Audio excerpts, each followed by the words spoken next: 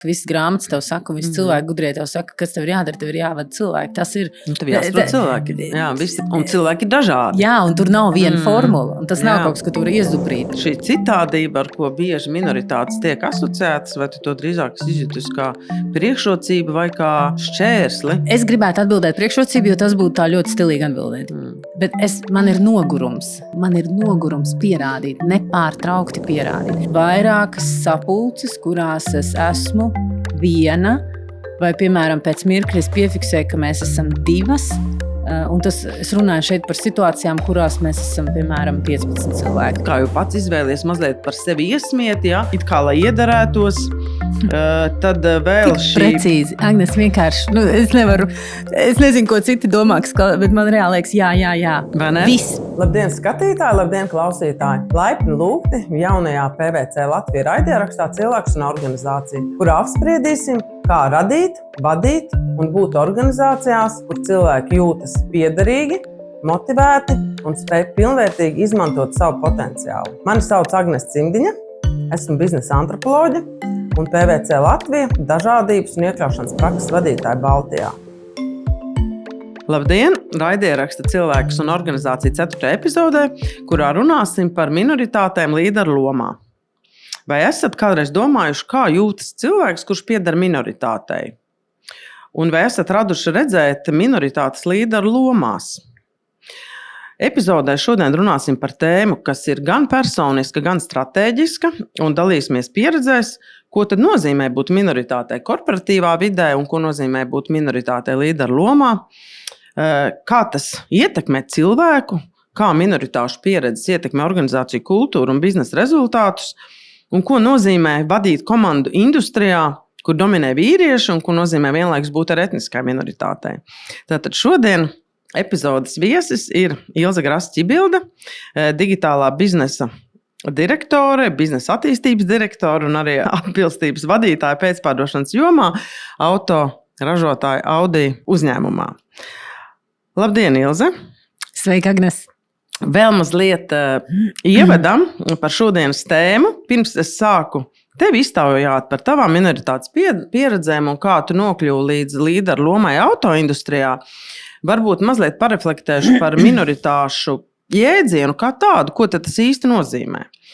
Sociālā antropoloģijā tātad minoritātes jēdziens nozīmē, ka tā ir sociālā grupa, kas noteiktā sabiedrībā atrodas kaut kādā nelabvēlīgākā pozīcijā. Mazāk dominējošā pozīcijā, ja mēs salīdzinām ar vairākumu. Un tas nav tikai skaitliskā ziņā, tas var arī būt sociālās ietekmes ziņā, tas var būt resursu ziņā, arī varas ziņā. Tātad minoritāte raksturo arī identitātes pazīmes, kas atšķir no dominējošās grupas, pieņemsim, tas var būt vīrietis sieviešu vidē vai sievieti vīriešu vidē, tas var būt, piemēram, latvietis starp vāciešiem vai latvietis starp norvēģiem, tas var būt students starp profesionāļiem vai biznesmenis starp akadēmiķiem, respektīvi minoritāšu pieredzes raksturo, es domāju, daudz dzīves, un mēs nevienmēr apzināmies šo minoritāšu pieredžu nozīmi un izpausmes darba vidē. Vēl ir būtiski runājot par minoritātēm arī uzsvērt to, ka minoritāšu pieredzes raksturo arī strukturālā nevienlīdzība nereti, jo minoritātes status bieži ir saistīts ar sociālām hierarhijām. Un vēl, manuprāt, būtiski uzsvērt, ka minoritātes ir arī relatīvs jēdziens, ja, jo cilvēks jau nav minoritāte visās dzīves situācijās, kādām situācijā tu vari būt minoritāte ar esošo identitāti, citā atkal tas ir vairākuma pozīcijā. Un šīs minoritāšu pieredzes tātad raksturo to arī, kā mēs navigējam mūsu darba dzīvē. Un tad mēs nonākam pie pirmā jautājuma tev.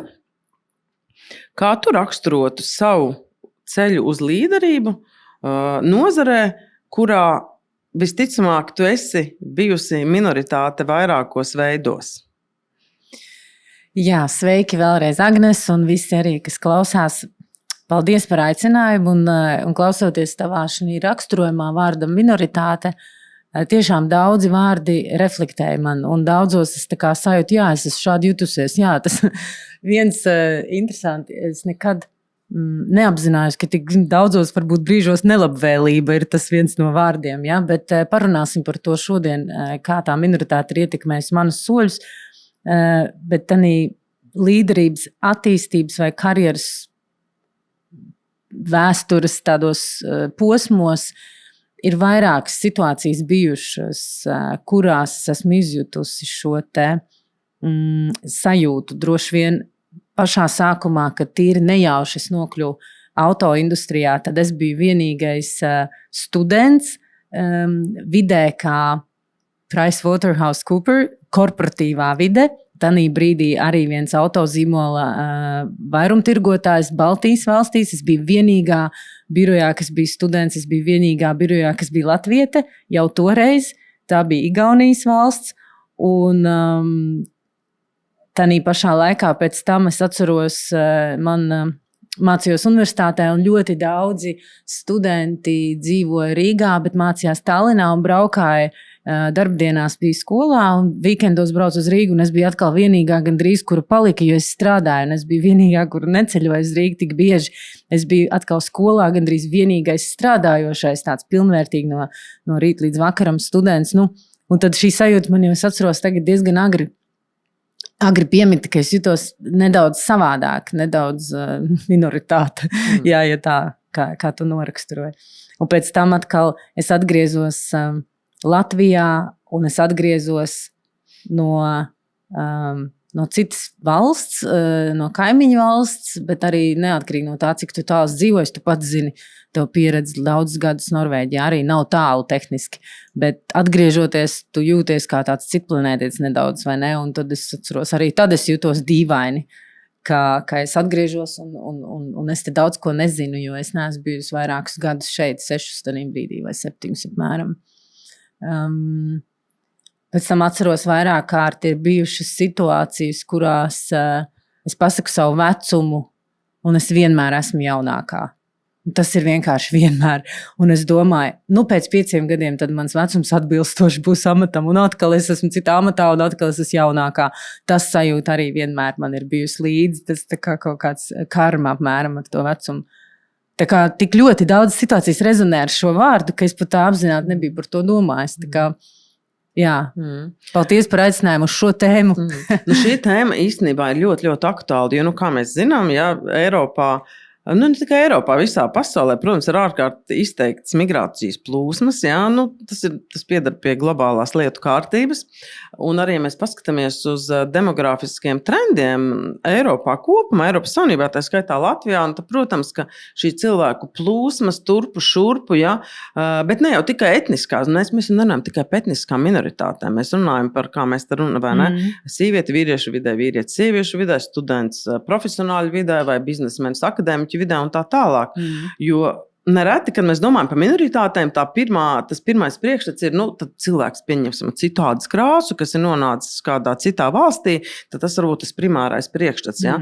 Bet mēs jau, vairums cilvēku ir bijuši kaut kādās minoritārās pozīcijās, un tad jautājums par to, vai mēs pietiekam apzināti par to domājam, kā tas ietekmē mūsu potenciālu, kā tas ietekmē mūsu to, cik mēs produktīvi spējam strādāt vai nespējam strādāt, un kādai tad būtu jābūt darba videi, kas ļauj to potenciālu atraisīt cilvēkam, kas ir kaut kādā veidā minoritārā pozīcijā. Un arī, piemēram, reflektējot par sevi pašu, es ļoti labi atceros vienu no saviem tādiem pirmajiem, tādiem, varētu teikt, tiešām profesionālā ziņā nozīmīgiem amatiem strādājot Norvēģijā. Varbūt klausītājiem un skatītājiem, kas nezina, arī es esmu 15 gadus pavadījis citā valstī, konkrēti Norvēģijā. Ja? Un šajā vidē es biju vienīgā sieviete starp norvēģiem, es biju vienīgais antropologs starp ekonomistiem, es biju vienīgā sieviete starp vīriešiem, es biju vienīgā arī vecuma ziņā, kura bija zem 30 gadu vecuma starp pārējiem, kas bija 50 plus, un vēl arī es biju, man bija tikko piedzimis arī bērns, respektīvi, tev ir tās minoritārās pieredzes vairākās jomās, un, teiksim, dažādības vadības jomā to sauc par tādām intersekcionālām pieredzēm, respektīvi, jo vairāk tavas dimensijas, dažādības dimensijas, kas ir saistītas ar minoritārām pieredzēm, pārklājas, jo vairāk tas tev var likt šķēršļus tavā darba vidē, ja šī darba vide nav pielāgota un vai nav izpratnes par to, ko tad nozīmē šīs minoritārās pozīcijas. Jo pielāgots varbūt tas nozīmē, ka viņiem ir jābūt kādiem tūļiem, kādiem instrumentiem, bet izpratne jo bieži vien nav tā izpratne, jo tu esi minoritāte, jo vienkārši tas nav viņiem pierasts. Vairākas lietas tu minēji, ir man šodien aktuāli, un es šis ček, vairāks, ko tu teici, un interesanti par to intersekcionālo. Tas ir tāds arī jauns termins man šī situācijā, jo es tā nebiju to vizualizējusi, ka tas ir tā vairākas jomas, kurās šobrīd es esmu minoritāte, un tas ir iespējams arī tā atbildi, kādēļ brīžiem spērt to soli vienā vai citā virzienā ir tik grūti. Salīdzinoši grūtāk. Un tad tev ir tas viss attiecīgi jāizdara, jo nav jau citu variantu. Redz, un tieši tāpēc es izvēlējos tevi aicināt uz šo sarunu dēļ šīm intersekcionālām pieredzēm. Tas arī var būt milzīgs potenciāls izaugsmai, produktivitātei, jaunu iespēju saredzēšanai un arī izpratnē, kā tad vadīt cilvēkus, kas varbūt kaut kādā ziņā nelabvēlīgākās pozīcijās un kā palīdzēt viņiem atraisīt savu potenciālu. Un tieši tāpēc ir interesanti dzirdēt, kļūstot par vadītāju autoindustrijas nozarē. Kādas bija tās pirmās sajūtas, kādas bija tās reakcijas no tevis pašas un no apkārtējiem, ja tā bija vīriešu dominējoša vide, un kāda bija tie izaicinājumi? Par izaicinājumu runājot, droši vien jāapraksta ir nedaudz tieši tā konkrētā brīža situācija, jo skaidrs, ka gan viss, ko tu minēji, ļoti ietekmē. Es šobrīd atrodos citā izaicinājumā ar šo jautājumu, kā tas bija, piemēram, 25 gadus atpakaļ. Skaidrs, ka. Un ir pāris tādas lietas, varbūt, kas seko līdzi. Interesanti bija, ka tagad tātad gadu un 2 mēnešus es dzīvoju Vācijā, kā tu minēji. Un aizbraucot no Rīgas uz turieni, es nedaudz, godīgi teikšu, jūtu, ka šis iekļautība un šis tieši tavs pieminētais sieviete-vīrietis aspekts, man nedaudz sāk nebūt tik aktuāls, jo viņš pārāk daudz ir apkārt. Un ja es pavēroju, teiksim, tieši uzņēmumā, kur es pirms tam strādāju, mums nebija šī problēma vairs. Un tad es sapratu, ka tā nav tēma, par ko es vairs gribu baigi iedziļināties, jo tiešām es neredzēju kā problēma manā situācijā Latvijā. Aizbraucot uz Vāciju, ar šo domu es aizbraucu, un es tagad gadu esot tur secinu, wow, šeit gan tas atkal ir aktuāli, jo šeit gan es jūtu, ka jo augstākos pakāpienos tu spēr, jo augstākas soļus tu spēr, jo vairāk tu jūti es kā sieviete, kā patiešām nav daudz, un ir vairākas sapulces, kurās es esmu viena, vai, piemēram, pēc mirkļa es piefiksēju, ka mēs esam 2, un tas, es runāju šeit par situācijām, kurās mēs esam, piemēram, 15 cilvēki, piemēram, 20 cilvēki kopā, un tas ir ļoti, ļoti bieži. Un, protams, tas ļoti atšķirās, konteksts ļoti atšķirās, tāpēc Latvijā man tas nelikās vairs tik aktuāli manā jautājumā autoindustrijā, bet esot tagad Vācijā atkal man tas liekas ļoti aktuāli. Iemesls arī viens, es nedaudz tā padomāju par to, arī gatavojoties varbūt uz šo tēmu. Piemēram, man ir arī 2 bērni, un Latvijā ļoti bieži mēs izskatām pilnīgi normāli to, ka mēs nākam apkārt uz pilnu slodzi. Tas vispār, tas ir tāds, ja tev darbinieks aiziet dekrētā, tu neplāno defaultā, ka viņš nāk apakaļ uz 0,25%, ja? Vai, teiksim, 25%, 0,25 daļa no darba. Vācijā tas ir ļoti tipiski. Principā, jebkurā situācijā tev ir jāņem vērā, ka jebkura sieviete, kas aizies dekrētā, atnāks atpakaļ visticamāk nākamo gadu 2, viņa nebūs uz pilnu slodzi. Kas nozīmē, ja tu plāno karjeru kā vadītājs, neapzināti šis faktors var ietekmēt izvēli. Neapzināti. Tas nenozīmē, ka mēs esam pret vienu vai otru dzimumu. Tas vienkārši nozīmē, ka tu kā vadītājs plāno, kam tu šobrīd dos priekšroku. Un tas ir viens no tādiem arī momentiem, ko es esmu piefiksējusi, ko es šobrīd redzu sev apkārt. No otras puses, mēs ļoti atbalstam publiski, un mēs ļoti publiski sakam, ka mēs vēlamies atbalstīt sievietes vadītājus.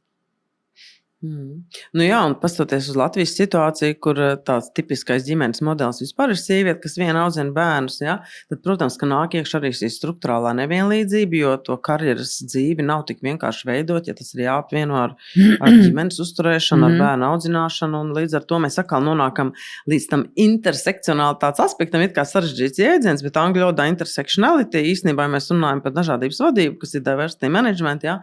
Tad šis intersekcionalitātes jēdziens ir ārkārtīgi būtisks, jo tas jau tieši parāda to, kā šo dažādo identitātes dimensiju pārklāšanās nereti liek šķēršus tieši šīs struktūrālās nevienlīdzības dēļ. Ja?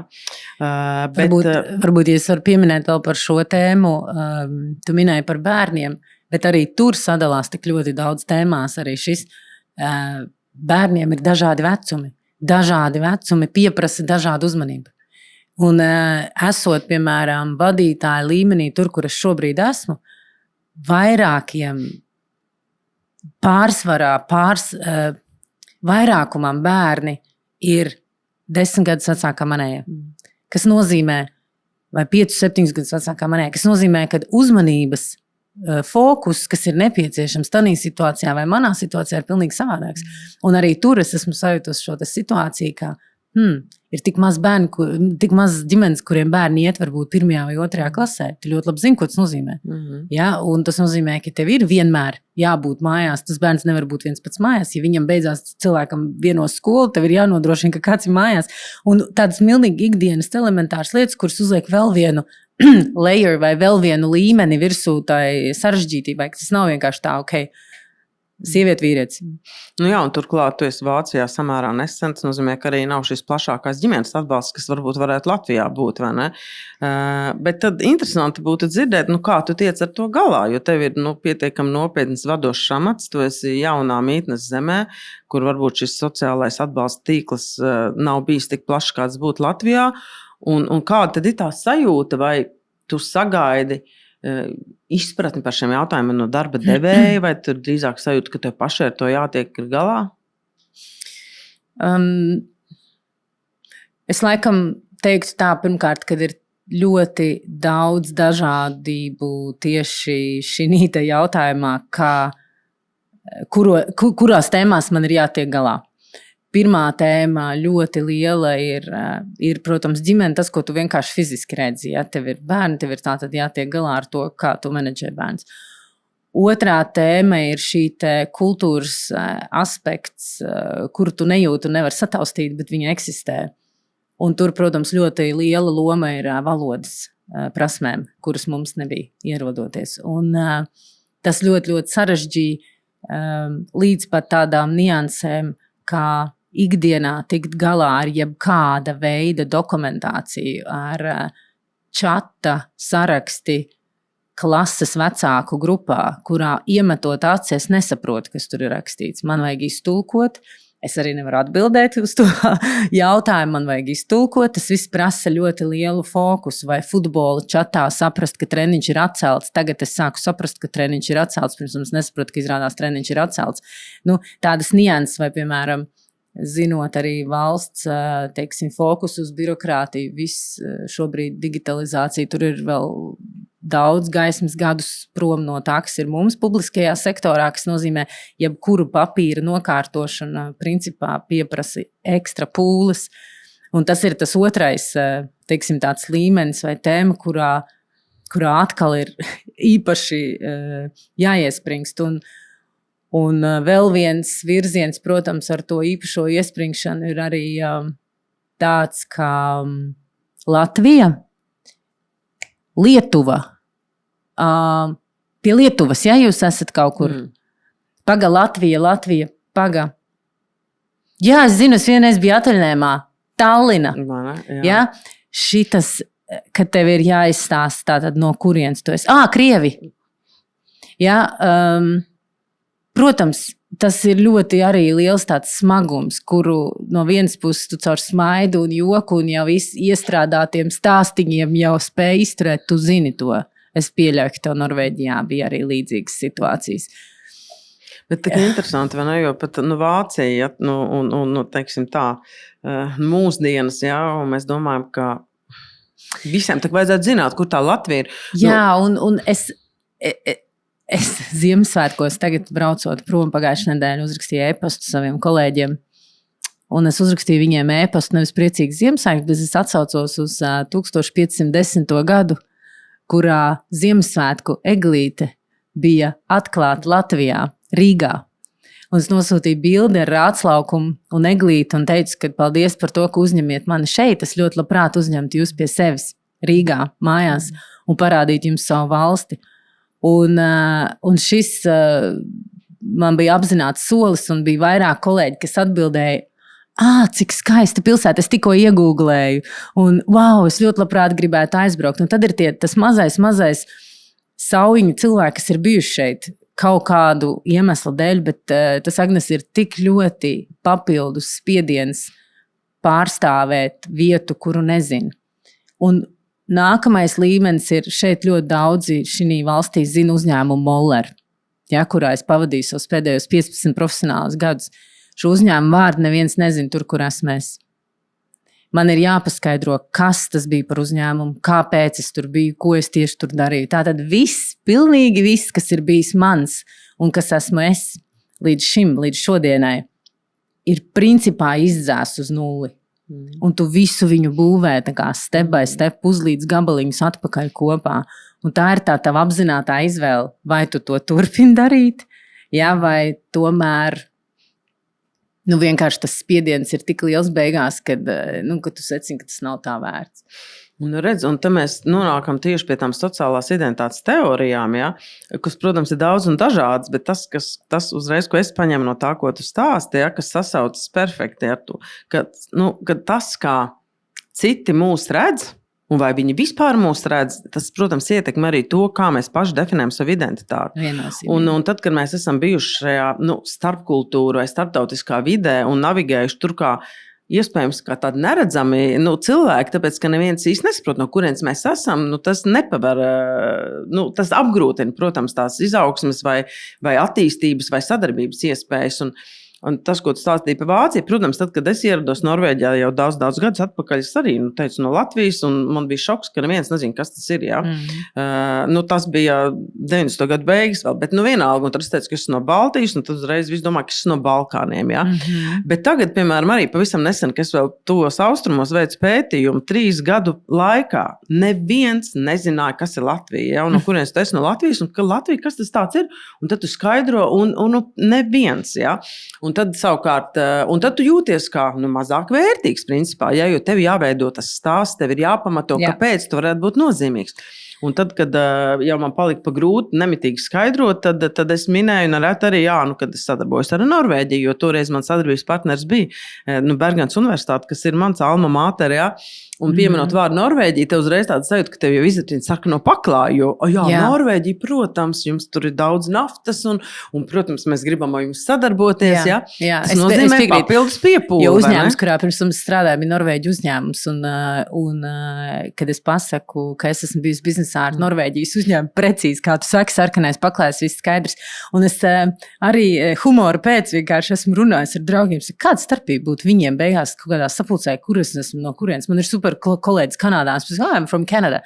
Viņi teikt, Kanādā, es tur biju brīvlaikā, es tur esmu bijis. Un tas ir tas, ka, bet es to netik daudz tagad par tieši Latvijas tēma, bet vispār šīs esot no vietas, kuras varbūt to nezinu, vai izmantot to kā plusu. Es gribu to pavērst un teikt arī tiem, kas klausās, ka, manuprāt, tas ir tas mūsu spēks, paņemt šo te lietu, ko mēs jūtam, ka mēs varam pagriezt kā mūsu īstenībā plusu, kā mūsu tādu oriģinalitātes pazīmi. Neatkarīgi tam nav jābūt vārdam Latvija. Tas var būt tieši kaut kas cits, ko mēs mākam, ko tanī vidē nemāk. Tu esi students, tev ir pieredze no tāda veida, piemēram, paudzes, kas nav tanī brīdī citiem, piemēram, tur, vai tu esi sieviete ar jaunāka vecuma bērniem. Tev atkal ir citi benefiti, kas nav citiem.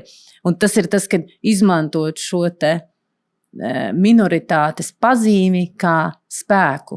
Manā gadījumā es, piemēram, esmu gandrīz vienīgā starp ļoti daudziem šobrīd, ar ko es kopā strādāju, kam ir tik ārkārtīgi liela pieredze no tirgus. Es esmu vadījusi uzņēmumu, kurā ir visi šie te puzles gabaliņi. Audi uzņēmumā, kurā mums šobrīd ir, teiksim, tikai Ingolštatē 40,000 cilvēku, globāli pasaulē 60,000 cilvēku. Uzņēmumā nodaļā vai, teiksim, departamentā, kurā es strādāju, ir 1200 cilvēki. Es esmu viena no retajām, kuram ir bijusi iespēja būt uzņēmuma vadītāja. Redzēt, kā tas puzles gabaliņš. Tātad tas ir man lieta, ko es varu, piemēram, kaut kādās situācijās ielikt kā savu plusu. Un es domāju, mēs visi varam atrast, kas ir tas mūsu īpašais punkts, kas nav tanī brīdī nevienam citam tanī istabā, tanī sapulcē, tanī kompānijā, tanī vidē. Pie tā ir jāstrādā, tas ir apzināti jāizkristalizē sev pašam, bet tad, kad tu to esi atradis, es domāju, tas ir tas, ko mēs varam vienmēr paņemt līdzi.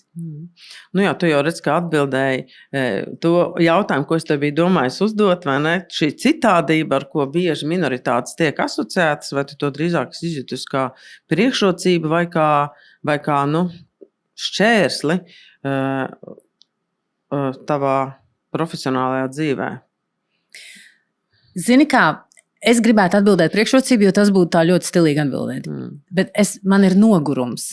Tas ir tas, kas nāk no visu, ko mēs pirms tam runājam. Man ir nogurums pierādīt, nepārtraukti pierādīt. Un tas tiredness, nogurums, ir tas, kurš kaut kādā brīdī vienkārši, no kurienes tu esi? Es strādāju 15 gadus Norvēģijas uzņēmumā. Nav jautājumu. No kurienes tu esi? Un tu sāc skaidrot. Un tā ir tā tava izvēle, kā tu tanī brīdī. Ja? Un man tas nogurums, protams, tīri cilvēcīgi ir kaut kādās situācijās, jo, protams, kad pieminot milzīgo uzņēmumu izmēru, man ir katru dienu gandrīz cilvēki, kurus es neesmu satikusi. Gandrīz katru labu dienu pārspīlēts nedēļu. Ja? Kāds, kuru es nepazīstu, kāds, kurš nepazīst mani, kāds, ar kuru man atkal ir jāiepazīst vēlreiz. Un interesanti, vai ne, ka pieredze vai kompetence, tas ir kaut kas, ko tu būvē, kā tādu pili, un tad tu beigās dzīvo tur, un tu to vari izmantot. Bet jebkuru kļūdu ļoti ātri atceras. Tur tev nekas nav jābūvē. Tu vienkārši uzdari kļūdu, visi zin, šitā izdarīja kļūdu. Un man ir jābūvē sava kompetence šī izvēlētajā vidē pilnīgi no nulles. Pilnīgi no nulles tiešām. Un bija viens kolēģis smieklīgi. Aizgājām pusdienās, viņš ēda ar mani pusdienas. Es īsti nesapratu, kāpēc viņš man uzaicināja, jo mums tur nav daudz profesionāli. Viņš ir cilvēks, te uzaicināja, zini, kāpēc? Tāpēc, ka es iegūglēju tavu vārdu un es ieraudzīju, cik tev ir daudz intervijas. Viņš saka, ko tu te dari? Viņš vienkārši, viņš bija tik pārsteigts, jo viņš tā kā nesaprata vispār, kāpēc, jo ja tev ir tāds apjoms interviju, varbūt kā ir bijis pieredzē, tad Vācijā tu esi jau kaut kāds, ja? Un tas man bija tik smieklīgi. Un es sēžu un saku, zini, kāpēc es esmu? Tāpēc, ka es gribēju te būt. Tā bija man totāli apzināta izvēle. Un es zināju, ka es eju uz to risku, un es zināju, ka tās būs tās manas lielākās grūtības, visas tās, ko mēs tikko minējām. Ja? Bet tas bija ļoti smieklīgs piemērs. Jā, un par šo visu, ko tu stāsti, un tad tas man liek atkal domāt par to, cik lielā mērā, piemēram, arī Latvijā esot, ja, mēs apzināmies, ko vispār nozīmē cilvēkam no citas valsts vai cita reģiona ienākt šajā vidē un šeit strādāt, jo nav jau runa tikai par, teiksim, konkrēti par kaut kādu darba uzdevumu veikšanu, bet tā kopējā aina, kurā te vajag navigēt, ienākot kā tam citādēm, kā tai minoritātē, ja? Un cik svarīgi ir, ka darba devējs, vadītājs vai komandas biedri vispār apzinās, ko tas nozīmē. Jā, atkal ļoti man rezonē šī tēma, un es no savas pieredzes varētu pateikt, kas man pietrūka. Man tikai 2 mēnešus atpakaļ pie manis pienāca talent management un teica, Ilze, mēs esam pieļaujuši tik daudz kļūdas ar tevi. Starptautisks uzņēmums. Nenormāli daudz ārzemnieki, ik pa laikam nāk. Atšķirība bija tāda, ka man nav eksperta līgums, tātad man nav līgums kā ārzemniekam, man ir Vācijas vietējais līgums. Ko tas nozīmē? Tas nozīmē manā gadījumā stabilitāti, bet otrs, es neesmu īpaši nevienos dokumentos. Ja, es esmu vienkārši kā viens vietējais normālais darbinieks. Līdz ar to viss šīs ārzemnieku programmas uz mani neatiecās. Un man nekas netika piedāvāts. Es vienkārši tika ielikt iemesta. Uzņēmums var darīt, manuprāt, ļoti daudz. Sākot no tā, ka īpaši pirmajos mēnešos vienkārši iedot to konceptu par kultūru, iedot to konceptu par kas mēs esam, kur tu esi atbraucis, kas tā ir par valsts. Šīs ir lietas, kā mēs darām. Mums, piemēram, ārzemniekiem ir šīs te programmas, ko es tagad uzzināju, šīs te Country Navigator. Mums ļoti daudz darbinieku brauc, piemēram, uz Ķīnu, īpaši vadītāju līmenī, ja? Un tev ir šis Country Navigator. Un tad tu ļoti daudz ko iepazīst par valstu, uz kuru tu brauc no šīs informācijas. Tāpat arī ir ļoti labi, ja tev ir kāds neoficiāls partners, mentor buddy, un viņš nevajag obligāti būt no teiksim, vispieredzējošākajiem vadītājiem. Tas ir kaut kas līdzīgs tavā līmenī, kurš vienkārši tev ir tāds cilvēks, kurš nedaudz palīdz to iekšējo virtuvi pastāstīt. Un tev tāds ir, ja? Man tāds oficiāli nebija. Bet šī arī ir tēma, ko es vienkārši ar savu ļoti tādu mērķtiecīgo piegājienu pati uzbūvēju, jo es sapratu, ka bez pazīstamu cilvēku, nevis pazīstamu, bet bez tādas sakonektības ar cilvēkiem es nevarēšu tur izdzīvot. Un mans piegājiens bija, es sāku strādāt septembrī, 1. oktobrī, un es savai komandai pateicu, ka pirmos 3 mēnešus līdz 1. janvārim es fokusēšos tikai un vienīgi, lai saprastu, kādi cilvēki šeit ir, kur es atrodos. Es pateicu savai sekretārei, ka man ir minimums 3 mītiņi dienā ar cilvēkiem, kurus es nepazīstu.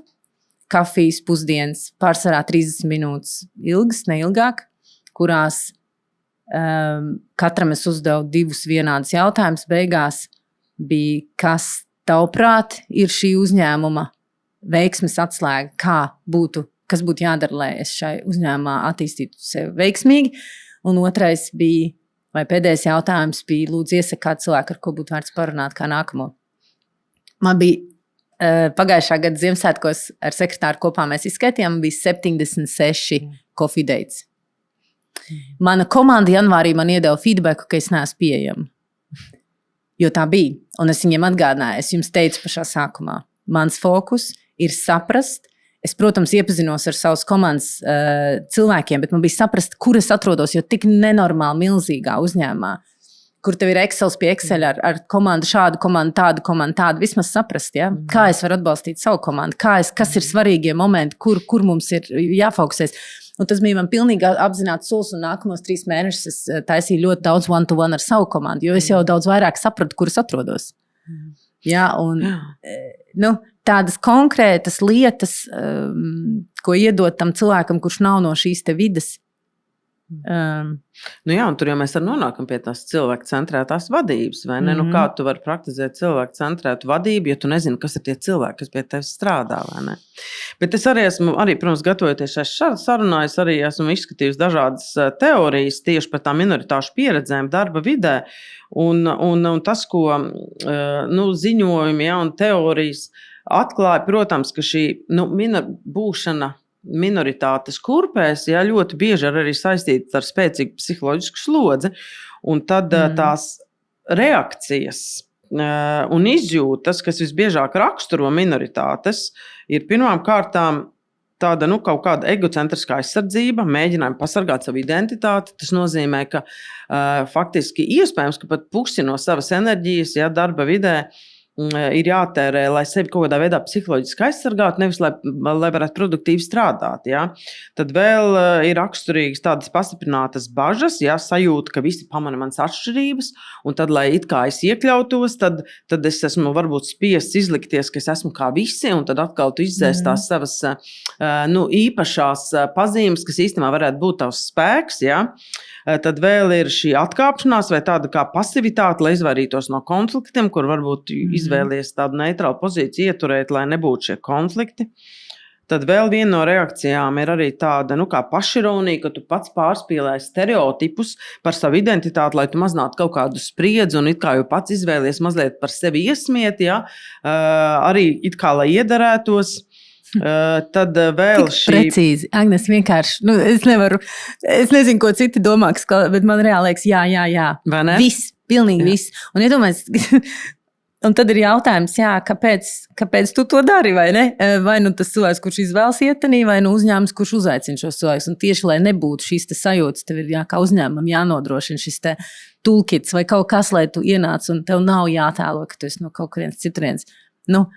Bet vai varētu būt tā, ka, ja tu pats neesi bijis to citādo vai to minoritāšu kurpēs, ka tu pat varbūt nesaproti, protams, kā tas cilvēks jūtas. Bet tas jau nav tikai par to tēmu. Tas ir no jebkuras. Kā tu vari saprast, kā tu jūties, ja tev tas nav bijis, bet no otras puses, tev nav arī viss, nav iespējams, ka tev viss būs.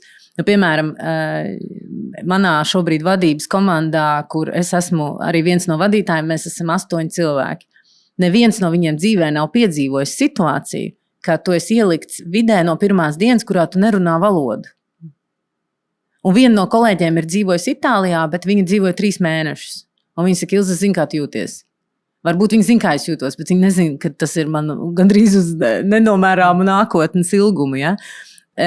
Un ir viegli pateikt otram cilvēkam, teiksim, man ir superīgs vadītājs, tiešām respekts, man ļoti viņš pateica. Bet viņš pateica, Ilze, no pirmās dienas tu runās vāciski. Es teicu, ko? Viņš vienkārši runās vāciski. Tā ir labāk, tā tu šeit izdzīvosi. Es atvainojos, es nerunāju vāciski, es gribu tikai atgādināt, ka es zinu, ka būs baigi grūti. Mans līmenis tagad droši vien profesionāli novērtēt uz kaut kādu, teiksim, B1, tuvojumos B2, atkarīgs no tematikas, ja? Bet atgādināšu, man bija A1 pirms 12 mēnešiem, un tas ir pateicoties tam nenormāliem spiedienam, vai tas ir viegli, ne, tas nav viegli, bet viņš pats nekad tādā situācijā nav bijis, tāpēc viņam tas ir tas, ko tu saki. Precīzi, ja? Un vēl pie šīm reakcijām, kā reiz šīs 2 pēdējās, kuras nenosaucu, pastiprināt piepūli, jo tev nemitīgi ir jāpierāda, ka tu esi labāks varbūt par citiem, lai tevi vispār ņemtu vērā. Un, protams, kas vēl nāk tam visam līdzi, ir milzīgs stress un tas varbūt arī veselības problēmas. Ja? Un tad, kā ar šo visu tikt galā, ja tā papildus piepūli, jo tev vajag pierādīt, ka tu esi vismaz tikpat vērtīgs vai pat vērtīgāks. Un kā tad tikt galā ar to stresu, vai ne? Es smējos, man vienkārši smieklāk. Kāpēc? Tāpēc, ka tu šobrīd rezonē visu, ko es esmu sajūtus, un tu iedod man teoriju. Tas ir ārprāts, tu atbildi uz ļoti daudziem jautājumiem. Man smieklāk, jo es apmēram pāris mēnešus apakaļ nofilmēju sevi. Var sakot, ir dators, es uzliku uz datoru savu mobilo, nofilmēju selfiju video ar to, kā es Agnes mācos intro vienas prezentācijas sapulcei. Jo man ir jāsaka intro, tas ir 6 teikumi vācu valodā par after sales topiku tehnoloģijām. Ja, tādā brīdī par software defined vehicle, par automobīļu nākotni tieši after sales biznesā. Un es mācos to 6 teikumus, lai varētu aiziet uz šo sapulci un pateikt to vāciski, jo tas ir, kur es jūtos iederīgāk, jo tas ir, kas ir tas spiediens šobrīd, un tas būs labāk. Man angliski nevajadzētu pamirkšķināt aci. Ja? Un man tā kā smieklīgi, jo man ir 20, jau 6 gadu pieredze autoindustrijā. Es esmu vadījusi lielāko Latvijas auto vairumtirgotāju Baltijā. Un man ir jāmācās 6 teikumi un jāfilmē video ar sevi, lai es vienkārši sev atgādinātu, this is hilarious. Šis ir smieklīgi, kāpēc es to daru. Jā, bet es to daru un jūtos visos tajos punktos tieši tā, kā tu rakstīji. Redz, teiksim, es arī tās teorijas esmu sākusi pētīt tad, kad es pati izgāju caur šīm pieredzēm, gan strādājot kā vienīgā sieviete uz zvejas kuģi starp grenlandiešiem un norvēģiem, vispār nesaprotot to valodu un vispār nesaprotot īsti, kas no manis tur tiek sagaidīts. Ja? Vai tāpat strādājot, teiksim, Norvēģi augstskolā, kur arī nezinot norvēģu valodu pietiekami labi un bez jebkādas pedagoģiskās pieredzes man vajadzēja sākt vadīt lekcijas starptautiskajā mārketingā norvēģu valodā. Kā tu jūties? Turklāt to starptautisko mārketingu es nebiju studējusi un man vajadzēja pasniegt lekcijas. Kā es jutos? Es jutos tā kā iemest vilku barā. Jā, atkal vienīgā sieviete starp vīriešiem, vienīgā latvieta starp norvēģiem. Man norvēģu valodā viņiem jāvada lekcijas, man pedagoģiskās pieredzes nav, es neesmu studējis starptautisko mārketingu. Kāpēc tu to darīji? Un kāpēc es to darīju?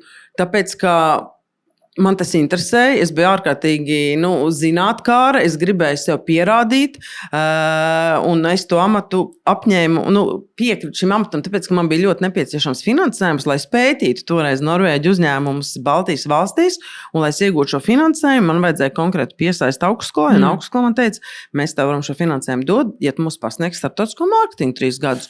Un man, protams, kā latvietē Norvēģu valodā, Un es kā sociāla antropologs, protams, kas ir pētījis uzņēmums, man bija šī biznesa antropologa pieredze, bet man kā Latvijai, Norvēģijā, tā bija milzīga iespēja. Turklāt uz to finansējumu jau pretendēja vismaz kādi 15 Norvēģi, un es to ieguvu, es to izdarīju. Un tā ir bijusi viena no visvērtīgākajām pieredzēm manā mūžā. Ja. Tas bija mans nākamais jautājums, kā tu uz to noskaties šodien, no šodienas perspektīvas. Kas ir tie tavi 3 mega plusi, kas tev nebūtu bijuši savādāk? Es turos pie tā principa, bieži dzīvē, ka, ja tev tiek piedāvāta kaut kāda īpaša iespēja, un ja tu neesi vēl pārliecināts, kā tu izdarīsi, saki jā, un tad tu vienmēr atradīsi veidu, kā tu izdarīt, un tas ir milzīgs tāds, tas ir veids, kā tu audz, un cilvēki ir dažādi, citiem varbūt tā nemitīga augšana nav tik svarīga, es atzīstu, ka es esmu cilvēks, ka man šī augšanas sajūta ļoti svarīga, un ja es ilgstoši esmu tādā vienveidīgā pozīcijā, es jūtu, ka es pamazām iznīkstu, bet šī augšana un nemitīgā kaut kāda zinātkāra, un jo es vairāk kaut ko nesaprotu, jo man vairāk gribas saprast, protams, tā ir arī liela slodze, bet es tā ikdienas šiem vārdiem sakot, es arī tur ķeru kaut kādu kaifu tajā visā. Ja? Tas ir, vai ne, tas miks ar to kaifu, ar tām bailēm, un cik ir teorijas, Agnes, kurš saka, kas ir izaugsme? Izaugsme ir spērt soli tanī jomā, tanī zonā, tanī vidē, no kuras tev ir bail. Tā ir precīzi. Tā ir tā, un tu noraksturoji to ideāli, es noraksturoju, un tu vēl pa vidu ieliki teoriju. Ja? Tas vienkārši viss iet kopā, un man patīk, es esmu arī pirms tam kādreiz to arī publiski identificējis kā tādu jautājumu, par ko es visvairāk laikam varētu runāt, ir, ko tu darītu, ja tev nebūtu baila? Ko tu darītu, ja tev nebūtu baila? Un es līdz šim nebiju redzējusi. Tim Ferris ir tāds, es sekoju viņam arī podkastos, un viņš ir vairākas grāmatas sarakstījis, un es redzēju viņu arī dzīvē uzstājoties, un es noskatījos vienu viņu TED Talk. Es to TED Talk nosūtīju saviem tuvākajiem cilvēkiem, tiešām to novērtēt, un viņš runāja tur par bailēm. Par bailēm, to faktoru, kurš mums vienmēr ir tā kā priekšā, un viņš kaut kā bez maz vai papildināja to manu ideoloģiju par to, ko tu darītu, ja tev nebūtu baila. Un ko viņš tur saka, ko viņš tur iesaka, un es ļoti iesaku noklausīties, vienkārši iegūglējot TED Talk Tim Ferris Fear vai bailes. Un viņš iedod instrumentu konkrēti, kā novērtēt tās tavas bailes. Ja, jo, ko mums vajag? Mums vajag sadalīt ziloni mazajos gabaliņos.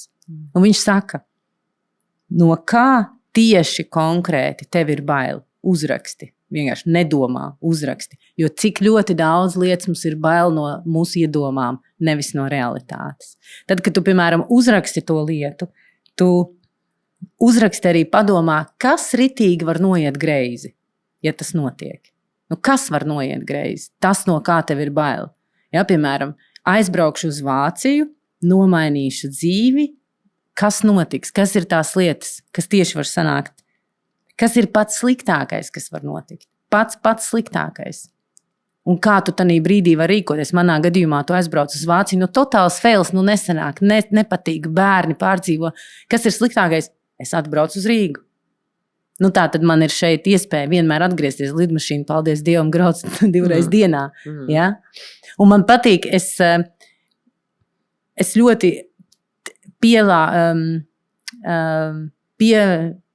ikdienā pielietoju arī darbā, teiksim, problemātiskās situācijās šo te pieejamību, sadalīt šo te ziloni soli pa solim. Neģeneralizēt, nevispārināt. Vienkārši, kas ir tā lielākā problēma, kas mums šobrīd ir, kā mēs varam to nākamo soli spērt, un tev vienmēr ir tas nākamais solis, tev ir vienmēr tā izvēle vadīt šo te kursu tanī valodā vai nevadīt, uztaisīt šo te intro vāciski vai neuztaisīt. Ja? Un man ļoti patīk, man patīk, ka tādas problēmas tu var tiešām tā kā atrisināt ar konkrētiem jautājumiem, ar konkrētām atbildēm. Un tad, kad tu uzraksti uz papīra šīs te atbildes, no kā tev ir konkrēti bail, kas ir pats sliktākais, kas var notikt, kāda ir tā cena tam, kas sliktākais var notikt, un interpretē visas šīs situācijas, tad tā ir tā pašanalīze vai tu esi gatavs to risku uzņemties vai nē, un tad tev ir atbilde. Nevis vienkārši domāt, es nekad mūžā nevarētu aizbraukt uz ārzemēm dzīvot, bet es gribētu. Vai es nekad neaiziešu prom no šī te darba, tāpēc, ka man ir bail, kas ar mani notiks, jo drošība tas ir mūsu pamat akmens. Kāpēc tev ir bail? Kas ar tevi var notikt? Tev taču ir pieredze, kur tu esi ieguvis visu mūžu garumā. To neviens nevar atņemt. Tev ir draugi, tev ir apkārtējie cilvēki, kas tev atbalstīs. To neviens nevar atņemt. Ja? Un man ļoti patīk tā teorija. Un tas ir veids, kā arī ļoti bieži es strādāju ar cilvēkiem kā komandā, gan arī koleģiāli, gan arī privātā dzīvē. Tas ir, kā es tieku ar lietām galā. Kā tu tiec ar lietām galā? Tas ir, kā es tieku atbildu uz tiem jautājumiem, rakstiski atbildu reāli, izanalizējot un runājot ar citiem foršiem, gudriem cilvēkiem, kā tevi, piemēram. Jā, vispār, man ir tik daudz, par ko es uzreiz varētu pretī pareflektēt. Ja? Par tām bailēm. Pirmām kārtām, ja mēs, protams, mūsu fokus šodien ir minoritāšu pieredzes, un minoritāšu pieredzes faktiski vairumā gadījumu ir saistīts ar to savu baiļu konfrontēšanu, adresēšanu. Un tieši tāpēc, kad minoritāšu pārstāvji ir spiest ar šīm bailēm tikt galā, un tas nav vienkārši, tad viņi arī ļoti vērtīgi ir, kā resursi darba vidē vai vadītāju amatā vai vienkārši darbinieku amatā, bet tajā pašā laikā dēļ šīm savām bailēm arī ļoti bieži vadītāji viņus nepieņem darbā. Ja? Un, ja mēs, piemēram, arī tas, ko es savās dažādības vadības mācību treniņos arī nereti dalībniekiem, vienu kā tādu jautājumu lieku, kādas jūs pirmās asociācijas ar sievieti imigranti? Ja? Un tad viņi tur var rakstīt digitāli, un tad es redzu to vārdu mākoni, kas tur nāk. Un kā tu domā, kas ir sievietes imigrants pirmās asociācijas? Ja? Tur daudz bērnu, nabadzība, hidžabs. Principā tas, kas tur nāk ārā no cilvēkiem, un tie ir augsta līmeņa vadītāji, visi forši cilvēki. Stereotipi. Tie stereotipi, bet arī iespējams, ka pieredzes trūkums vai arī ļoti šauras vispār redzējums, ko nozīmē sievieti imigrantu. Un tad es, piemēram, sāku stāstīt par sevi. Kā es kā sievieti imigrantu Norvēģijā, kā es tur veidoju savu karjeru, kas man ļāva justies spēcīgam. Un tajā brīdī es redzu, ka uz manīm jau neviens nestāsta kā uz sievieti imigrantu. Ja? Bet atkal pavērt to savu apvārsni mazliet plašāk un mēģināt to saistīt ar savām pieredzēm, un reflektēt par to, kritiski paskatīties. Tas ļoti bieži ir tas visgrūtākais elements vadot mācības, jo mēs tā zinām, viss, kas ir komforta zonā, tas var būt ļoti ērts, bet tā izaugsme tajā komforta zonā reti, kad notiek. Un tā savu baiļu adresēšana un konfrontēšana un tikšana ar to galā, tas ir mega potenciāls cilvēkos. Ja? Un tajās minoritātēm tas parasti piemīt, un tieši tāpēc tur tas milzīgais, viņi ir kā milzīgs resurs, bet mēs baidamies viņus pieņemt darbā, vai ne? Es domāju, tas ir tas diversity and inclusion vai DNI. Ja? Tu jau runā par to inclusion un diversity. Tas ir tā kā pāris precīzi, ko tu noraksturoji. Jo tev ir jābūt tā kā, es varu, protams, reflektēt par savu gadījumu, kur es vienmēr smējos un saku no vadītājiem, trakais, ko tu izdarīji mani paņemot darbā, ja? Jo tiešām tas viņa solis bija ļoti apzināts, viņš tieši gribēja to, un skaidrs, ka viņš arī pats atzīst, viņš jūt, ka man ir savādāks domgājiens. Es neesmu no šīta milzīgā uzņēmuma, kur es esmu ikdienā, kur es redzu šos te arī birokrātiskos soļus, šos te procesus pēc procesa, šos te 17,000 PowerPoints, pirms tu vispār ar kaut pieņemt kaut kādu lēmumu. Viss šis te ar respektu pret consulting, man šausmīgi badīgi, man ir gan consulting kolēģi, pieņemsim, un es mācos no tā procesa, ka tas ir kā mēs strādājam. Mēs strādājam šeit tādu ideju, un man ir savādāks skatījums, jo es nāku no praktiski tirgus, kurā varbūt komandas ir daudz mazākas, kurā nav iespēja, kur viens cilvēks dara varbūt 3-4 amatu. Saprot, var sakot, tā pieredze ir pilnīgi savādāka, un tas ir tas diversity, un tad ir tas inclusion ir tas nākamais solis, ka vai tev pieņem, vai tev nepieņem, un tas ir tad viss tas, ko tu teici, vai ir šīs te bailes, parādīt to, ka tu esi savādāks un maksimāli integrēties. Un, man pēc 2 gadiem atbraukt un teikt, tu zini, es esmu pilnīgi integrēsies, es jūtos, un nerādīt nevienam tur, ka īstenībā man ir kaut kas pilnīgi cits. Vai pataupīt to sadaļu un to sajūtu, ka tas ir tas mans spēks, tā ir tā mana lieta, un būt lepnai par to. Šis ir tas, tu noteikti zini arī vēl viens man ļoti tuvs topiks, tuva tēma ir šī te līderība un ievainojamība. Līderim kā būt, kā dzīvam cilvēkam manā izpratnē. Ja? Šos te Brené Brown, ko viņa ļoti popularizē par to vulnerability, un man ir liels anglicisms, protams, ņemot vērā pēdējos mēnešus, bet ievainojamība kā spēks un kā spēks komandas attīstībai, kā spēks rezultātu sasniegšanai, kā spēks atzīt, ka ne visu es varu, šis ir, ko es varu, šis ir, ko es nevaru, kā tu vari mani atbalstīt tādā situācijā, ko es nevaru, un parādīt to ar piemēru. Ja? Nu jā, un tad mēs nonākam līdz emocionālai inteliģencei, vai ne? Un tur es atkal varu atsaukties uz citiem pētījumiem, kas skaidri pasaka, ka īstenībā cilvēku izaugsme profesionālā 70%, nu, teiksim, 70% ietekmē tieši emocionāla inteliģence. Un īpaši, ja mēs runājam par vadītājiem, ja? Un no vienas puses tas tiek uzskatīts par tādu soft skillu, bet bez tā soft skillu tu nevari veiksmīgi augt, tu nevari vadīt organizācijas, un ir ļoti grūti, teiksim, pakāpties vadošos amatos bez šīs emocionālas inteliģences. Tev lielos amatos viss saka, viss grāmatas tev saka, un viss cilvēki gudrie tev saka, kas tev ir jādara, tev ir jāvada cilvēki. Tas ir... Tev jāsaprot cilvēki. Jā, visi, un cilvēki ir dažādi. Jā, un tur nav viena formula, un tas nav kaut kas, ko tu vari iezubrīt galvā un pateikt, ka 2+2 ir 4. Ja? Nu, tāpēc jau tur ir tā, man liekas, ideāli ir šī kombinācija starp šo te saprast, kā šīs formulas strādā, bet, kā tu teici, tas soft skill, tas emocionālā inteliģence un strādāt uz to un būt cilvēcīgam. Ja, man no politiskās vides man ārkārtīgi patika viena no bijušajām Jaunzēlandes premjerministrēm, kura principā savā ir šobrīd atpazīstama ar šo te laipnības, kindness politiku. Ja, vienkārši šo te iedvesmot cilvēkus risināt lietas ar cieņu.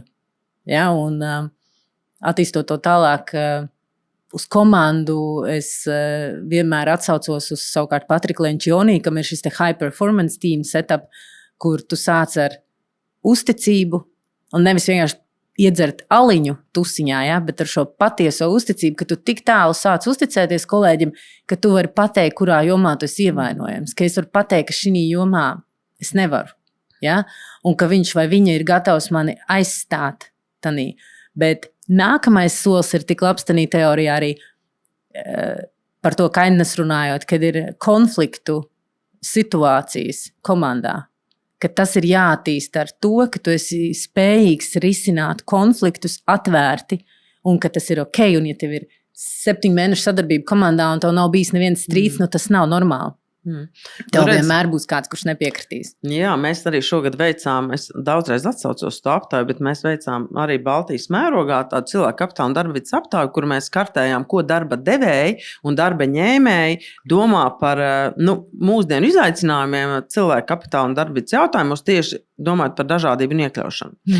Un tu pieskaries šim konflikta tēmai, un tur mēs atklājām, ka aptuveni tikai 20% darba ņēmēji uzskata, ka darba devēji ir spējīgi sekmīgi risināt konflikta situācijas. Ja? Jo konflikta situācijas ļoti bieži ir saistīts ar sensitīviem jautājumiem, un ļoti bieži tās paliek nerisināts, jo vadītāji īsti nezina, ko tiem sensitīviem jautājumiem īsti darīt. Ja? Vai arī nav uzticēšanās, un darbinieki pat īsti neziņo par tām konflikta situācijām, jo netic, ka kaut kas tiks darīts. Jā. Un ja konflikta situācijas netiek sekmīgi risināts, nu cik tu psiholoģiski droši tajā uzņēmumā jutīsies, ja? Jā. Un ja tu neesi psiholoģiski droši, nav produktivitātes, motivācija krītās, iespējams, ka darbinieks, visticamāk aizies, ja, vai paliks vienkārši tāda, tā klusa aiziešana, ja, ka tu tikai pildi klusa funkcijas, bet tu vairs īsti nedzīvo līdz tam uzņēmumam un tiem mērķiem. Psiholoģiskā drošība šobrīd arī mūsu uzņēmumā ļoti aktuāla tēma, un es esmu apmēram šo gadu arī aktīvi ar to strādājis ar saviem darbiniekiem, ko visu, ko tu pieminēji, es piekrītu, es varu tikai papildināt, ka vēl viens aspekts, par ko bieži nerunā, ir vadītāja psiholoģiskā drošība. Ir ārkārtīgi attīstīts virziens runāt par darbinieku psiholoģisko drošību.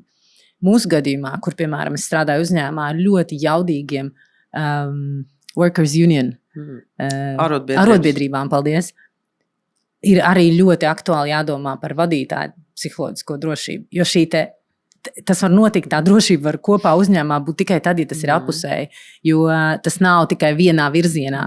Un tas var atkal, tur ir ļoti jājūt tādiem smalkiem cimdiņiem, kā tas viss process, bet es piekrītu, ka tas ir tāds pamatakmens, vai ne, šī psiholoģiskā drošība. Un mēs arī daudz runājam komandā par to, kā nodrošināt šo psiholoģisko drošību. Tev ir miljonas teorijas un tā kā plakāti, un viens no virzieniem, kur mēs fokusējamies, ir šis pietiekami strukturēta un atvērta atgriezeniskā saite atgriezeniskās saites kultūru.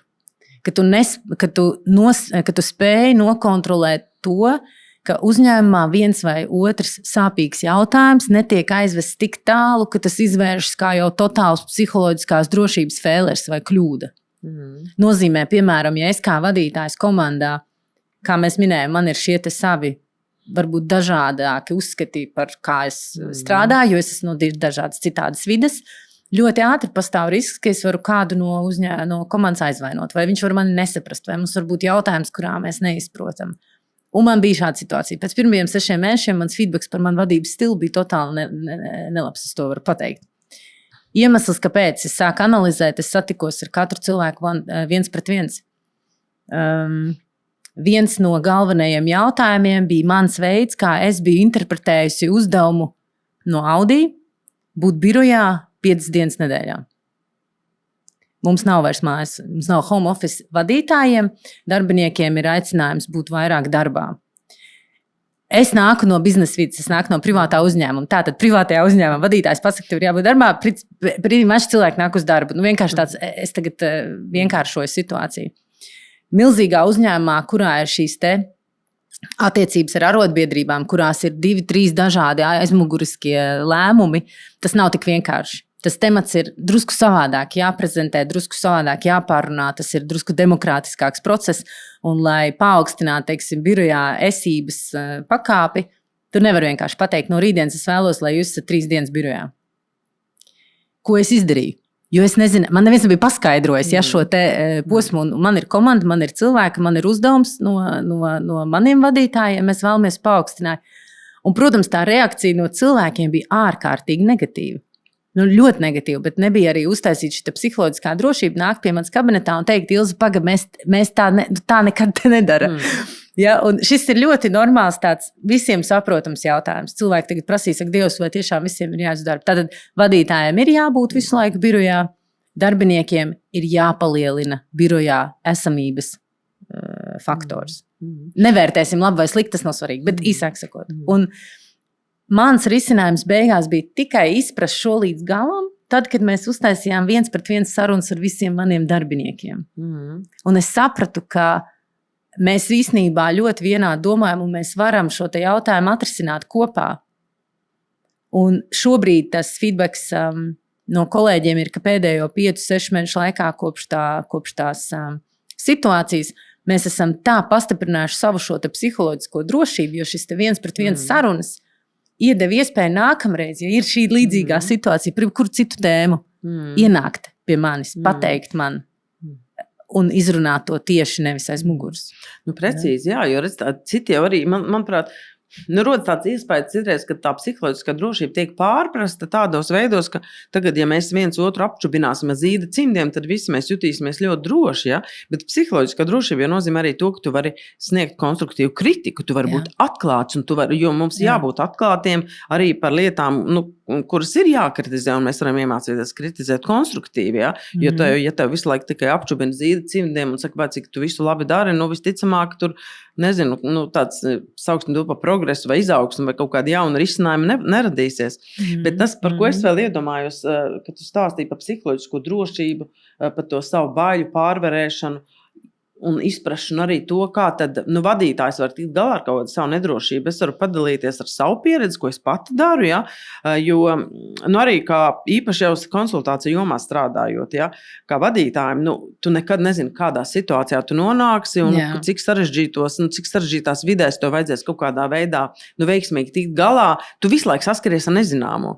Un es pirms 1,5 gada sāku iet uz improvizācijas nodarbībām, un šajās improvizācijas nodarbībās, vistiešākajā veidā tu nemitīgi tiec iemest situācijā, tu nezini, kāds būs tas konteksts, kas tev tur būs jādara, un tev jābūt gatavam tajā brīdī veiksmīgi izdarīt jebko, ko tev prasa, vai tur publika vai tavā grupā apkārtējā, kas tur ir, un tikai tajā brīdī tu saproti uz savu ķermeņa, ko tas nozīmē, cik svarīga šī psiholoģiskā drošība tevī pašā un tajā vidē, kurā tu esi apkārt, lai tu varētu darīt neiedomājamas lietas. Un biznesā, lai tu varētu būt konkurētspējīgs, inovatīvs, radošs, tev jābūt spējīgam darīt šīs neiedomājamās lietas. Ja? Un, piemēram, brīdī, kad es esmu uzkāpus uz skatuves, un man pēkšņi kāds pasaka, tagad es metinātājs. Ja? Un tas viens ir tas, ka es sāku pēc tam analizēt, kāpēc tam man ir, kas man traucē pēkšņi nospēlēt metinātāju. Tie kaut iekšēji šķēršļi. Ja? Tas nav tikai par tiem citiem, kas man ir apkārt, bet kur manī ir tas šķērslis un tā barjera kaut kāda, kāpēc es nevaru to izdarīt. Ja? Un, protams, gala beigās es to varu izdarīt. Un tas arī ir trenēšanās rezultāts 1,5 gadu, tiekot ar sevi galā situācijās, kurās vai es tur kaunos, vai man liekas, es nezinu, ko metinātājs var darīt. Ja? Tas ir tikai viens maziņš piemērs. Un šī strādāšana ar sevi ir ārkārtīgi vērtīga, lai tu vienkārši būtu gatavs lekt tajā nezināmajā un spēcināt to savu pārliecību par sevi, ka tajā visā slēpjas milzīgs potenciāls. Man ļoti patīk piemērs par improvizācijas teātru. Man liekas burvīgs, jo man ļoti patīk pašai. Es tur pārsmējos vienmēr vēdera turēdam, bet tiešām tas ir ļoti labs sevis piespiešanas veids iemest pilnīgi citās kurpēs. Un ar bišķi mazāku risku varbūt nekā paņemt un kaut ko uzreiz izdarīt. Bet atkal, tas ir apzināti nodefinēt, no kā tu baidies būt tas metinātājs. Kas tad ir tā tēma, kas tev tanī laikā? Un tas var būt ļoti labs sestdienas brokastu tējas uzdevums žurnālā vai dienas grāmatā. Pāanalizēt, kāpēc toreiz tev bija dīvaini būt par metinātāju? Kas tas bija, Agnesē? Jā, tev vienkārši ir iebjās metinātāji, vai tas ir būt, tas nav tev tagad piemērots amats, vai kas tāds ir, vai tu varbūt maz nezini, un tāpēc tu baidies atzīt, ka tu nezini. Tur ir tik ļoti daudz līmeņi, ko var arī dienas grāmatā aprakstīt, kas ir, ko es teicu, tas Tim Ferris pieejams. No kā tad tev patiesībā bija bail būt metinātājam? Ko es pēc tam par sevi iemācījos, vai es tik galā to situāciju, kas tur sliktākais var notikt, ja tev pēkšņi tur vajag kaut ko notēlot. Jā. Un savukārt, kad tu skaties uz citiem, kas improvizē, tev liekas, es smieklīgi, baigi interesanti, bet tu nekad nevar iztēloties, cik tam cilvēkam īstenībā var būt sarežģīti. Man tās skutels patīk, es nevaru. Bet jā, tas ir ļoti sarežģīti, man liekas. Tāpat kā mūzikā improvizācija, vai ne? Tu kā māki spēlēt instrumentu, bet tiklīdz tev nav priekšā notis, you're lost, jā, tev. Jā.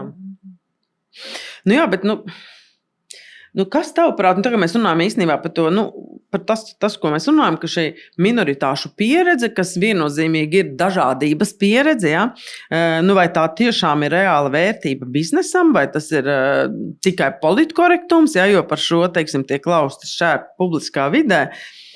Un kas tad ir tas, kas organizācijām liedz saskatīt vai atzīt šo minoritāšu potenciālu?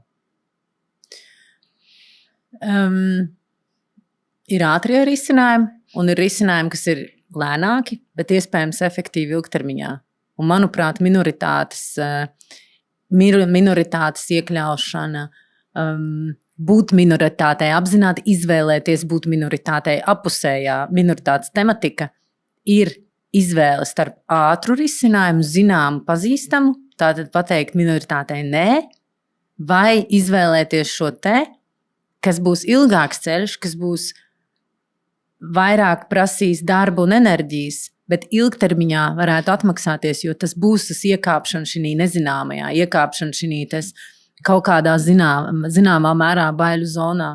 Un tas jau ir tas, par ko mēs runājam, vai ne, ka attīstība notiek tad, kad mēs iekāpjam šī baiļu zonā. Attīstība ir tā, ko mēs visi vēlamies. Progress ir tas, ko mēs gribam. Mēs gribam būt labāk nekā pagājušajā gadā. Mēs mēram sevi, mēs mēram uzņēmumu. Un tā ir tā atbilde uzņēmumiem, kādēļ ar to riskēt. Un tā ir arī atbilde cilvēkiem privāti, kādēļ riskēt ar šo te vienu soli ārpus zināmā. Jā, tas, ko es arī savās nodarbībās nereti lieku dalībniekiem darīt, ir, jo mēs daudz runājam par minoritāšu pieredzēm, bet nes kāpēc, dalībnieki ļoti reti, kad sev paši asociē šo minoritāti, ja? Jo vienmēr mums šķiet, ka minoritātes ir tie citi kaut kādi tur citādie. Un tad es viņiem lieku identificēt katram 2 situācijas, kurās viņi ir paši bijuši minoritātes, ja? Un kas viņiem ir licis justies spēcīgiem vai vājiem tajā situācijā. Un otrs uzdevums ir identificēt 2 situācijas, kurās viņi ir kā majoritātes, un arī tad analizēt, kas viņiem licis justies stipriem vai vājiem tajās pozīcijās. Tas, kas ir interesanti, ka parasti ļoti grūti izrādās identificēt tieši šīs majoritātes situācijas, jo acīm redzot, tad, kad tu esi majoritāte, tu jau pat nereflektē par savām pieredzēm, jo tu īstenībā nereflektē, kā tu vienkārši jūties ērti, līdz ar to tev, tas nav, tu pat nenonāc līdz kaut kādām atziņām. Tas nav refleksijas. Respektīvi, tu nereflektē, jo tu vienkārši dari lietas kā vienmēr, un tev tas neliek aizdomāties. Bet līdz kā tu sāc analizēt tās savas minoritāšu situācijas, ja, tad tur nāk tās atziņas, un tu saproti, jā, tāpēc es jutos vājš, un kāpēc tad es jutos spēcīgs, un ja es nejūtos spēcīgs, kam būtu jābūt bijušam tajā vidē vai starp tiem cilvēkiem, lai es justos spēcīgs. Tur nav gadījumā visur bišķiņa aizmugurē vārds arī tāda kontrola pār situāciju. Nevienmēr tā. Protams, ja tev ir kontrola pār situāciju, tad jau tu vairāk, vai tu kā minoritāte spēj to situāciju kontrolēt? Manuprāt, nē. Jo kā minoritāte automātiski tu zaudē kontroli. Un tad tas ir tas, ka tu jūties tik komfortabli, un tev ir tā kontrola, un tāpēc tu vajag neiespringst, iedziļināties, kāpēc un kā. Un tik līdz tu zaudē to kontroli, tas, man liekas, ir atkal tas solis uz to nedrošumu, uz to zonu, kurā kaut kādā ziņā tad tu kļūsti par minoritāti. Jā, un tad, kad tu esi izanalizējusi, kas tev ir liedzis justies stipram, esot minoritātei, tas, vismaz manuprāt, tam būtu jābūt arī kā tādam vērtīgam pavadienam, kā tu vari veidot vai ietekmēt darba vidi saviem kolēģiem, kuriem potenciāli ir kaut kādas minoritātes pieredze, jo tu saproti, kam būtu jābūt, lai viņi spētu savu potenciālu atraistīt. Jo ļoti bieži jau, arī pieņemot darbā to, ko mēs varam saukt par dažādību vai minoritāti, mēs pieņemam darbā cilvēku, atkal teorētiska situācija, ja? Pieņem darbā cilvēku, kurš pārstāv minoritāti, un tāpēc kaut kādu laiku tur vadītājs saka, neredzu nekādu, nekas jau nav mainījies, un kur tad ir tā dažādības vērtība? Un tad es pretī viņam varu teikt, ka tā dažādības vērtība, dažādības loma būs tāda, kādu vērtību tu tam vispār piešķir, kāpēc, un vai tu esi ļāvis tam cilvēkam izmantot savu potenciālu, ja? Jo ļoti bieži tas potenciāls paliek kaut kur apslāpēts un neatraistīts tieši tāpēc, ka tā vide neļauj tam potenciālam atraistīties. Pavisam vienkārši piemērs. Es atceros arī Norvēģijā vienā no darbiem, arī es tiku pieņemta darbā, tāpēc, ka es esmu sociāla antropologs, un sociāla antropologs esmu kultūra eksperts, ja? Un šajā ekonomistu vidē, kurā es tiku pieņemta darbā kā vienīgais antropologs, kā minoritāte tajā ziņā, ja?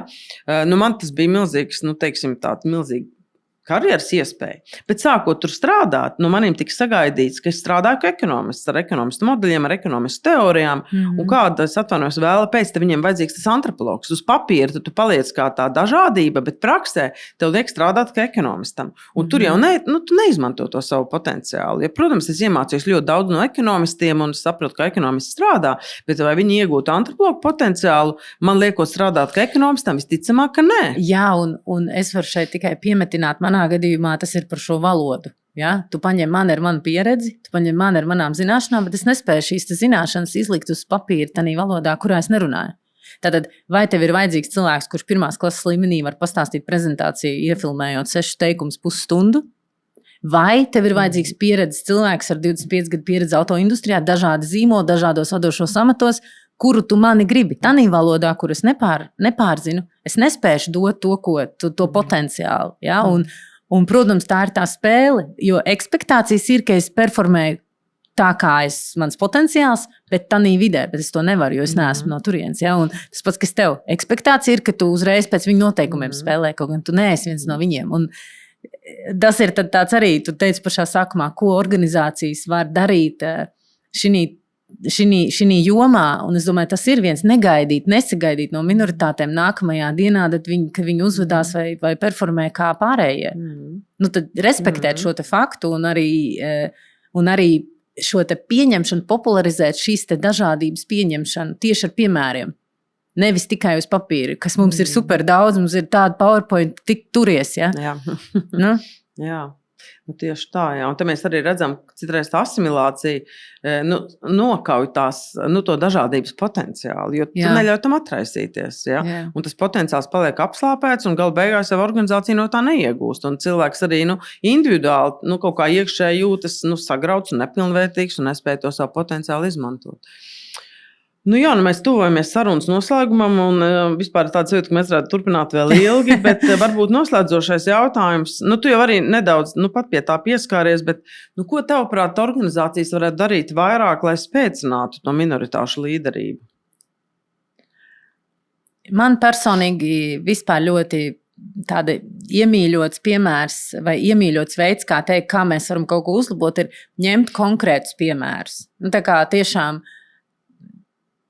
ja ir šī tēma svarīga uzņēmumam, pirmkārt, ja viņi ir nodefinēti, tad kā to var vislabāk darīt, ir kaut vai elementāri šāda veida cilvēkus nedaudz pacelt uz piedestālu, parādīt piemērus, parādīt, kas tas ir tā dažādība. Kā tu pieminēji, iedomājies mūsu sarunā, tu varētu izvilkt tik ļoti daudz piemērus. Un jautājums, vai uzņēmums, kuram dienā ir svarīgs, vai viņi zina, kas viņu uzņēmumā iekšienē ir šie te dažādie. Varbūt tas var būt pirmais uzdevums. Un kad mēs to nodefinējam, kas ir mūsu uzņēmumā iekšējie, varbūt mēs varam ar viņiem parunāt. Varbūt mēs varam pajautāt tos jautājumus, ko tu uzdevi man. Un varbūt, kad rodas šādi interesanti, varbūt nav vajadzīgs podkāsts, varbūt ir paneļa diskusija uzņēmumā, bet nolikt, kā to tēmu atvērt un man bija interesanti pabeidzot par manu vadītāju, ko es teicu, kurš man izlēma tātad pirmajā dienā ielikt augstā ūdenī un pateikt, es runāšu ar tevi tikai vāciski. Tikko man bija šāda atgriezeniskās saites process, kā katram vadītājam ir, kur tev 360 grādos novērtē un arī tev ir jādod tāda kā atgriezeniskā saite, un pēc tam tev ir saruna arī ar savu vadītāju un ar šo te, man bija tāds ļoti jauks, interesants psihologs, filozofs, mans tas, kā sauc, mentors vai tas viens no atbalsta personāla tādā procesā. Un mēs pēc tam ar manu vadītāju viņu trietā sēdējām, un viņš man saka, kā tev gājuši tajā procesā? Un saka, zini, man pats interesantākais bija tas, ka es sapratu, cik maz es par jums vāciešiem zinu. Es pavadīju šo filozofu, psihologu, šos 3-4 randiņus online, un mēs tik daudz izrunājam par to, kas patiesībā ir Vācija, kas patiesībā ir vācu kultūra, kas liekas mums tik līdzīga, vai ne? Kāds viņos ir iekšā tas pioneering spirit, ko tas nozīmē priekš darbinieku, ko tas nozīmē priekš cilvēku. Un mans vadītājs sēž, un man pašai bija ļoti interesanti, un viņš klausās, un viņam arī ir tik ļoti interesanti. Viņš saka, Ilze, es nekad nebiju iedomājies, ka šis viss tev ir jauns. Jā. Viņš nekad nebija iedomājies, ka ne tikai valoda man ir jauna, bet viss pārējais apkārt. Un tas ir tā atbilde, ka iedziļinamies, iekāpjam kurpēs, tā minoritātes kurpēs, taisam paneļa diskusijas, raujam viņus ārā no mūsu kontingenta, liekam viņus uz skatus un runājam ar viņiem un mēģinam izprast. Un tas būtu droši vien tas, ko es uz savas ācis izjūtu. Jā, un tas joprojām īstenībā ļoti pietrūkst, jo mēs zinām, ka šī dažādības un iekļaušanas tēma, vai tas jau no angļu valodā, tātad diversity, equity, inclusion, belonging, it kā ir tas skaistais karoks, ko te daudz vicina, ja? Bet tajā pašā laikā pat uzņēmums, kurš apgalvo, ka ļoti daudz ko dara dažādības un iekļaušanas jomā. Ja man kā konsultantam pajautā, vai es varu palīdzēt izstrādāt dažādības vadības stratēģiju, es saku, jā, es varu, bet pasakiet man vispirms, kas jums ir dažādība. Un tad nesaku atbildi, jo uzņēmums pat nav sev nodefinējis, kas viņiem konkrēti ir tā dažādība. Bet tajā pašā laikā uzņēmums jau varbūt 5 gadus stāsta, ka viņi ļoti aktīvi strādā ar dažādību. Bet ar ko tad tieši jūs darat, ja jūs pat nesat, ja jums pat pašiem nav skaidrs līdz galam, kas jums organizācijā ir šī dažādība. Ja? Un tur mēs nonākam līdz pašiem pamatiem, ja? Ka šis izpratnes trūkums joprojām ir ļoti zem, izpratnes trūkums ir zems, un kamēr mēs neesam paši izgājuši caur savas pieredzes prizmu caur šiem procesiem, arī esot minoritāšu kurpēs, iespējams, ka tā izpratne pat līdz galam nevar veidoties. Tu piefiksē, cik maz mēs runājam par sievieti vīrieti? Jā. Es pati tagad sapratu. Jā. Mēs gandrīz nepieskārāmies tai tēmai. Un cik daudz citas tēmas mums bija sarunā. Ja? Un tas ir, man liekas, ļoti labs piemērs nobeidzot šo sarunu, ja? Ka tieši tā, tur ir tik dažādības moduļu iespējami. Un tieši atkal, varbūt tad nobeigsim arī to sarežģīto intersekcionalitātes jēdzienu, jo arī tas ir viens no maniem uzsvariem parasti ir, ka ne jau, parasti jau problēma nav sieviete versus vīrietis, bet tā ir tā dažādo identitāšu un pieredžu pārklāšanās, kas ietekmē to, cik lielā mērā vīrietim vai sievietei ir iespējas, teiksim, tajā korporatīvā vidē. Tas nekad nav tikai dzimums, tas vienmēr nāk komplektā ar citām pazīmēm, vai tā būtu invaliditāte, vai tā būtu, pieņemsim, vai tev ir ietekmīgs vīrs vai nav, vai tu vienaudzini bērnus vai nē, vai tev ir īstā tautība tajā kontekstā vai nē, kāds tev ir apkārt tavs, teiksim, atbalsts networks, tad tur tik daudz citas dimensijas nāk līdzi. Un tā ir tā intersekcionalitāte, kas daudz lielākā mērā ietekmē tos karjeras izaugsmes ceļus nekā tikai viens atsevišķs dzimums, un tas attiecas uz vīriešiem. Ja? Līdz ar to, manuprāt, īstenībā ļoti interesanti, bet tas arī liek padomāt, ja runājot par šajām minoritāšu pieredzēm, tā skaitā autoindustrijā, ka mēs šodien esam daudz pieskārušās, īstenībā šis dzimuma jautājums palika tā kā otrā plānā, jo šīs minoritāšu pieredzes mēs analizējām no daudz dažādiem citādiem aspektiem. Paldies, Ilze! Es ļoti izbaudīju sarunu un paldies skatītājiem, paldies klausītājiem! Tiksimies atkal nākamajā epizodē. Tātad šodien ciemos bija Ilze Grasa-Ķibilde, un varbūt tu vari vēlreiz precīzi pastāstīt, nevis pastāstīt, jau mēs dzirdējām mūsu sarunu kopumā, bet kā tu konkrēti savu amatu nosaukt, jo viņš bija tik garš, ka es tagad domāju, varbūt es viņu līdz galam neprecīzi nosaucu. Es vadu 3 tēmas, 3 jomas tieši after sales pēcpārdošanas Audi uzņēmumā, digitalizācijas un inovācijas jomu. Es vadu biznesa stratēģijas attīstības jomu un arī conformity vai compliance, angliski atbilstības procesu lomu tieši globālajiem tirgiem. Tātad globālajā vidē ar visiem kontinentiem iespējamiem sadarbībā. Tātad diezgan plašs apraksts, bet tie ir 3 dažādi departamenti, kas ir manā atbildībā, tādēļ arī tas nosaukums tik garš. Tik sarežģīts, tātad digitālā biznesa un biznesa attīstības direktora, atbilstības vadītāja pēcpārdošanas jomā. Audi, tas, kā es tev sākumā iepazīstināju, un precīzi tas arī bija, bet tu mazliet plašāk tādu izvērs. Liels paldies! Paldies, Agnes, ļoti interesanti. Gan tevi redzēt un satikt, gan arī runāt par šo tēmu. Tā kā cerēsim uz diversitātes un iekļaušanas uzlabojumiem Latvijā. Paldies! Paldies!